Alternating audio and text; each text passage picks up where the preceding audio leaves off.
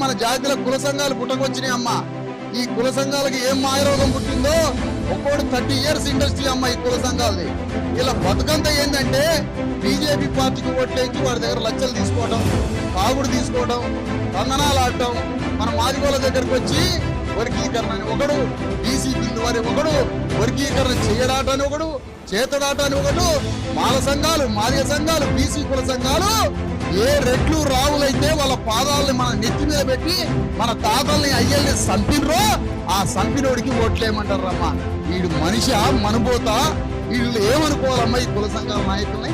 ఆ కుల సంఘాల నాయకులు అగ్ర కులాల కన్నా ప్రమాదకరం. ఈ కలుపు మొక్కల్ని పీకవదలు పారేయమంటారు, నా చెప్పు తీసుకొని తరవమంటారు నా కుల సంఘాలు. సిగ్గున్నాదిరా మీకు కుల సంఘాలకి? సిగ్గున్నాదిరా? 15 ఏళ్ల నుంచి నేను పాదయాత్ర చేస్తాను కదా.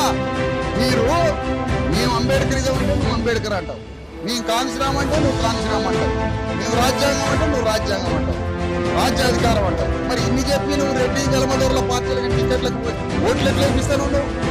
అది పాపం కాదు.